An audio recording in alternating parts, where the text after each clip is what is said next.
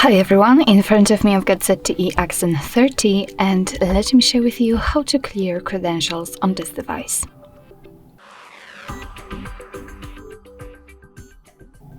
So first of all, let's enter the settings, and here we have to find the section with the password and security.